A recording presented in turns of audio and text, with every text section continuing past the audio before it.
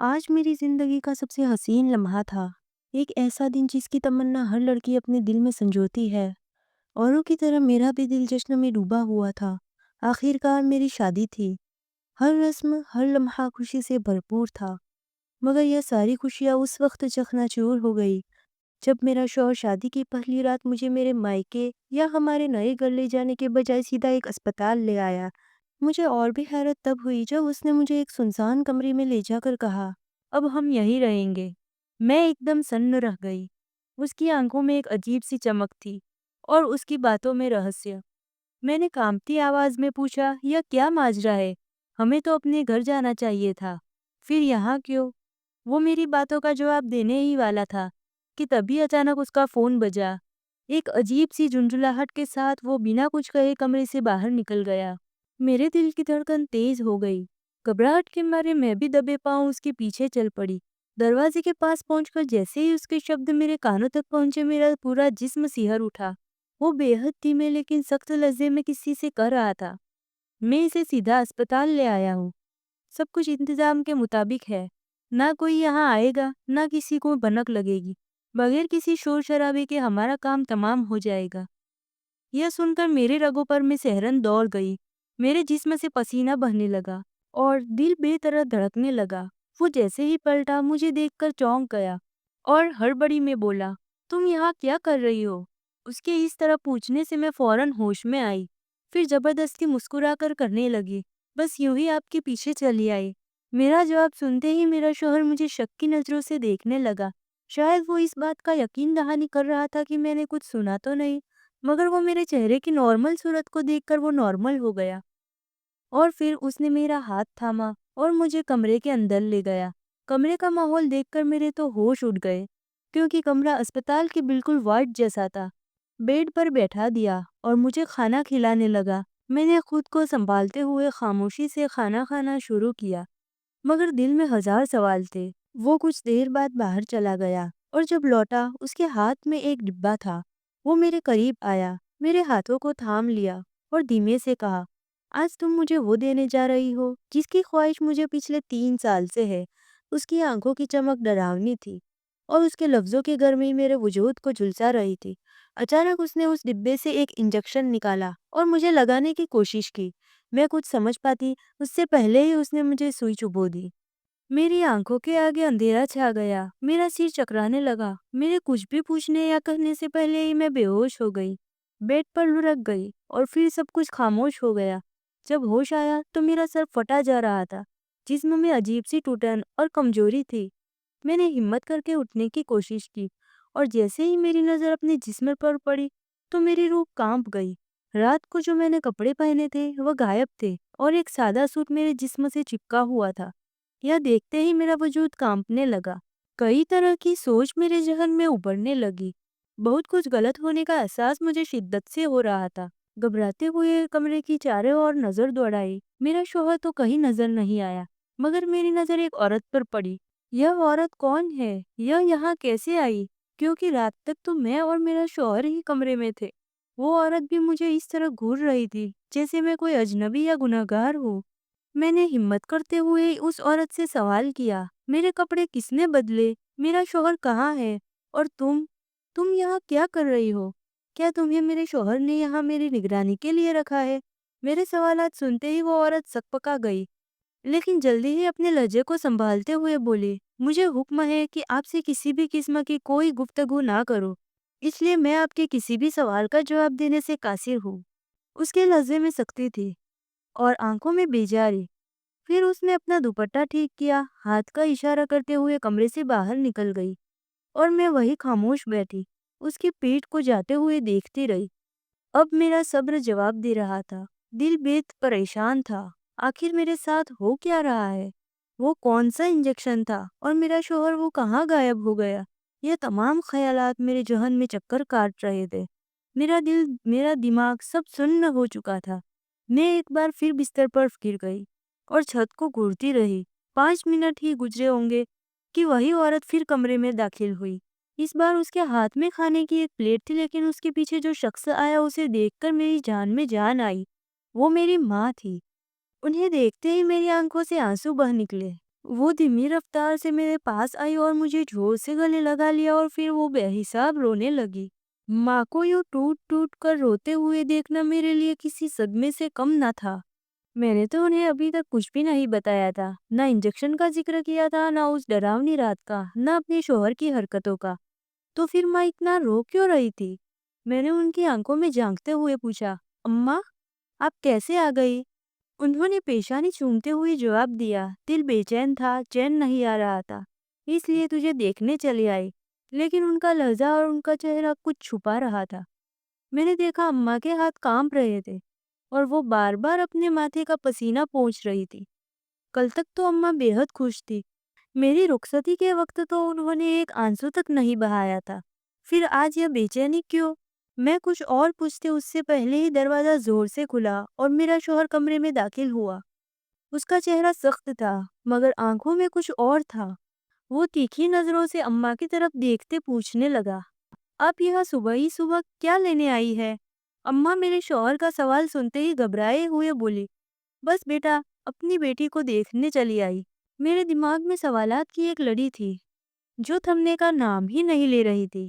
میں خاموش تھی، جیسے کوئی تماش بین۔ نہ کسی نے مجھ سے کچھ کہا، نہ پوچھا کہ میں کیسی ہوں۔ تھوڑی ہی دیر میں اماں چلی گئی اور میرا شوہر دروازہ بند کر کے میرے پاس آیا۔ اس نے مجھے پھر سے کھانا کھلایا اور کچھ دوائیاں دی۔ ایسے ہی دن بدن گزرتے گئے۔ میں تھک چکی تھی اور ہر شام ایک نرس آتی جو مجھے دلہن کی طرح تیار کرتی۔ ایسے ہی آج شام پھر وہ نرس آئی اور بولی، آج پھر سے آپ کو سجانا ہے۔ اب مجھے تعجب نہیں ہوا، مجھے تو معلوم تھا کہ وہ آئے گی۔ میں نے چپ چاپ کرتا پائجامہ اٹھایا اور واش روم چلی گئی۔ باہر آئی تو اس نے جھٹپٹ مجھے میک اپ کر کے تیار کیا اور اس بار وہ میری تعریفوں کے پھول باندھنے لگی۔ آپ تو واقعی بہت حسین ہے، اوپر سے جو سکون آپ کے چہرے پر ہے وہ تو دل چرا لے۔ مگر مجھے اپنی ہی حال پر ترس آ رہا تھا۔ میں نے زبردستی ایک مسکراہٹ اپنے چہرے پر لا دی۔ وہ بولی، دیکھیے نا، آپ کی مسکراہٹ نے تو میری بھی روح کو چھو لیا۔ اور پھر دروازے سے میرا شوہر اندر داخل ہوا۔ اس کی آنکھوں میں آج بھی وہی رہسیہمئی گہرائی تھی جو ہر روز میرے وجود کو تھوڑا اور مٹا رہی تھی۔ اور پھر اس نے اپنے ہاتھ میں تھاما ہوا وہی انجیکشن والا باکس سائڈ ٹیبل پر رکھ دیا۔ اب اس کی تمام توجہ صرف مجھ پر تھی۔ میری آنکھوں میں جھانکتے ہوئے وہ میرے بے حد قریب آیا اور میرے کانوں کے پاس آ کر سرگوشی کرنے لگا۔ اس کے بعد مجھے اپنی برسوں کی ریاست کا تاج مل جائے گا۔ میں وہ حاصل کر لوں گا جس کے لیے سالوں سے میں ترس رہا ہوں۔ اور یہ سب ممکن ہو رہا ہے صرف تمہاری وجہ سے، اس لیے شکریہ۔ وہ مسکراتا رہا جیسے کوئی شکاری اپنے شکار سے دل لگا بیٹھا ہو، اور میں بے جان آنکھوں سے اسے بس دیکھتی رہی۔ میری خاموشی شاید اس کی جیت تھی۔ پھر اس نے میرا ہاتھ تھاما، مجھے کھانا کھلایا اور اسی سلیقے سے انجیکشن نکالا۔ اس درد کے لیے مجھے معاف کر دینا، مگر یہ بہت ضروری ہے۔ اتنا کہہ کر اس نے وہ انجیکشن میری نس میں اتار دیا۔ اگلی صبح پھر وہی منظر، ہر دن کا ایک ہی سین، شوہر کا آنا، انجیکشن دینا، عورت کا ساتھ آنا، پھر شام ہوتے ہی وہ لڑکی مجھے تیار کرنے آ جاتی۔ صبح پھر وہی سلسلہ، میرے جسم کی ہر حرکت، ہر بات مانو کسی اسکرپٹ کا حصہ ہو جسے میں بار بار نبھا رہی تھی۔ میں ایک دن چپ کے کمرے سے نکلی، اسپتال کی گلیوں میں چھپتی چھپاتی فارمیسی پہنچی اور ایسا انجیکشن لیا جس کا اثر نہ کے برابر تھا۔ وہ انجیکشن لے کر فوراً واپس کمرے میں لوٹ آئی۔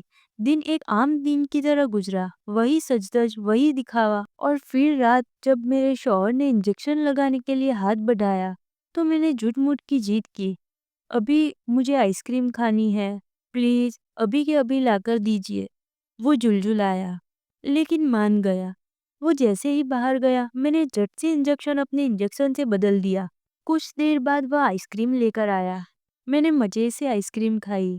میں نے آئس کریم کھا کر انجیکشن لگوا لیے اور بے ہوش ہونے کا ایکٹنگ کرنے لگی۔ جیسے ہی میرے شوہر کو اندازہ ہوا کہ میں بے ہوش ہو چکی ہوں، اس نے فوراً فون کر کے کچھ لوگوں کو اندر بلا لیا اور دھیرے دھیرے میرے آس پاس بہت سے لوگ جمع ہو گئے۔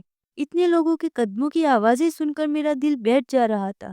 جب مجھ سے برداشت نہ ہوا تو میں نے جھٹ سے اپنے چہرے سے کپڑا ہٹایا اور جیسے ہی میری نظر سامنے گئی میری چیخ پورے کمرے میں گونج گئی، کیونکہ میں نے دیکھا کہ میرا نام فلک ہے اور میری عمر صرف 8 سال تھی جب میں اپنے ماما کے گھر رہنے آ گئی تھی۔ میرے باپ کا پہلے ہی انتقال ہو چکا تھا۔ ماما اور مامی بہت اچھے تھے، مجھے بہت محبت دی گئی۔ ان کی 4 بیٹیاں تھیں، مگر کبھی مجھ میں اور ان میں فرق نہیں کیا۔ مجھے پڑھایا گیا، پیار دیا گیا، مگر پھر ایک دن میری طبیعت بہت بگڑ گئی۔ ڈاکٹر کے پاس لے جایا گیا، علاج شروع ہوا، میں چند دنوں میں ہی ٹھیک ہو گئی، مگر وہاں کے سینئر ڈاکٹر کو میں پسند آ گئی اور اس نے اماں سے میرا ہاتھ مانگ لیا۔ ماما اس نکاح کے خلاف تھے، مگر اماں نے حامی بھر دی اور 2 دن کے اندر ہی میرا نکاح طے کر دیا گیا۔ شادی کے دن سب خوش تھے، مگر مجھے گھر لے جانے کے بجائے میرا شوہر مجھے سیدھے ایک اسپتال کے کمرے میں لے آیا۔ مجھے کچھ غلط محسوس ہونے لگا۔ وہ مجھے ہر دن انجیکشن دیتا رہا، مگر ایک دن میں نے اس کا انجیکشن بدل دیا۔ میری زوردار چیخ پورے کمرے میں گونج اٹھی، کیونکہ میں نے دیکھا کہ کمرے میں جگہ جگہ مشینیں لگی ہوئی تھی اور میرے بیڈ کے دونوں طرف 2 نرسیں ماسک پہنے اپنے ہاتھ میں بلیڈ لیے میرے اوپر جھکنے کو تیار تھی۔ میرا شوہر بھی ماسک پہنے ہی میری طرف آ رہا تھا۔ میں ڈر کے مارے اٹھ بیٹھی۔ میری اس طرح کی حالت دیکھ کر سب ایک دوسرے کی طرف پریشان نگاہوں سے دیکھنے لگے۔ تبھی میرے شوہر نے سب کو باہر جانے کا اشارہ کیا۔ جیسے ہی سب کمرے سے باہر نکلے وہ میرے پاس آ کر بستر پر بیٹھا، میرے دونوں ہاتھ تھام لیے اور بڑی ہی رحم بھری نظروں سے مجھے دیکھنے لگا، جبکہ میرا پورا وجود اب بھی کانپ رہا تھا۔ میں سحرتی نگاہوں سے اسے دیکھ رہی تھی۔ اس نے میری حالت کو محسوس کرتے ہوئے نرمی سے کہا، خوف نہ کھاؤ، میں تمہارا شوہر ہوں اور اب جو کچھ میں بتانے جا رہا ہوں اس پر یقین کرنا، بس یقین۔ پھر وہ دھیرے دھیرے ایک ایسا سچ بیان کرنے لگا جس نے مجھے شرمندگی کی گہرائیوں میں ڈبو دیا۔ اس نے کہا، مجھے شادی نہیں کرنی تھی گلاب، کیونکہ مجھے لڑکیوں میں کوئی دلچسپی نہیں تھی۔ اس لیے میں نے اپنا پورا وقت اپنے کام کو اور ہاسپٹل کو دینا شروع کر دیا۔ ایک دن یوں ہی فیس بک پر سکرول کر رہا تھا کہ ایک تصویر نظر آئی اور میں اس تصویر کا قیدی بن گیا۔ میں نے فوراً اس لڑکی کو ڈھونڈنے کی کوشش کی، انسٹاگرام کھولا، ہر ممکن کوشش کی، مگر وہ مجھے کہیں نہ ملی۔ گھر والوں نے پھر شادی کے لیے دباؤ بنایا، مگر میں نے صاف انکار کر دیا۔ میں نے پرائیویٹ اسپتال میں سینئر ڈاکٹر کے طور پر کام شروع کر دیا۔ ایک دن قسمت نے مجھ پر رحم کیا۔ وہی لڑکی ایک دن مریض بن کر میرے سامنے آئی۔ جانچ پڑتال کے بعد معلوم ہوا کہ وہ لڑکی دراصل شروع سے پاکستان کی ہی رہنے والی تھی، مگر جب میں نے اس کی میڈیکل رپورٹ دیکھی تو دل رو پڑا۔ اسے لیور کینسر تھا اور حالت اتنی سنگین تھی کہ زندہ رہنے کے چانس صرف 10% تھے۔ اسے ہر وقت نگرانی میں رکھنا ضروری تھا۔ ایک طرف میں اس سے بے پناہ محبت کرتا تھا، دوسری طرف اس کی نازک حالت۔ اس لیے میں نے اس سے نکاح کر لیا اور اسپتال کی ویب سائٹ کے ایک روم میں اس کا علاج شروع کروایا، مگر میں نے اس سے اس کی بیماری کا ذکر نہیں کیا، کیونکہ اگر اسے اس سچائی پتہ چلتی تو شاید وہ زندہ رہنے کی امید ہی چھوڑ دیتی۔ میں ہر شام اسے سجواتا، ہر رات اس سے میٹھی باتیں کرتا، اسے الجھائے رکھتا تاکہ وہ اپنی صحت کے بارے میں نہ سوچے۔ اس کی ماں نے بھی خاموشی اختیار کر لی تھی، کیونکہ بیٹی کی زندگی اس سے بڑھ کر تھی۔ ہر رات میں اسے بے ہوش کر کے اپنے باقی ساتھیوں کی مدد سے اس کا علاج کرتا کہ اگر وہ ہوش میں ہوتی تو اس کا جسم یہ سب نہیں سہ پاتا، اور وہ لڑکی کوئی اور نہیں، تم تھی۔ جیسے ہی میں نے یہ حقیقت بیان کی، میری آنکھوں سے آنسو بہنے لگے، شکر کے آنسو، محبت کے آنسو۔ جس نے مجھ سے اتنی محبت کی، میں نے اسی کو اتنی بار غلط سمجھا۔ میں نے کانپتے ہوئے اپنے دونوں ہاتھ جوڑے، مگر اس نے نرمی سے میرے ہاتھ نیچے کیے اور مجھے اپنے سینے سے لگا لیا۔ اس لمحے میں مجھے لگا میں دنیا کی سب سے خوش نصیب لڑکی ہوں۔ میں نے اس کے سینے سے سر اٹھا کر کہا، چلیے اب دیر مت کیجیے، مجھے بے ہوشی کا انجیکشن دیجیے اور میرا علاج شروع کیجیے۔ میری بات سن کر وہ دل سے مسکرایا اور پھر اس نے وہ انجیکشن لگا دیا۔ علاج شروع ہو چکا تھا۔ اگر آپ کو یہ افسانہ دل کو چھو گیا تو اس ویڈیو کو ضرور لائک کریں۔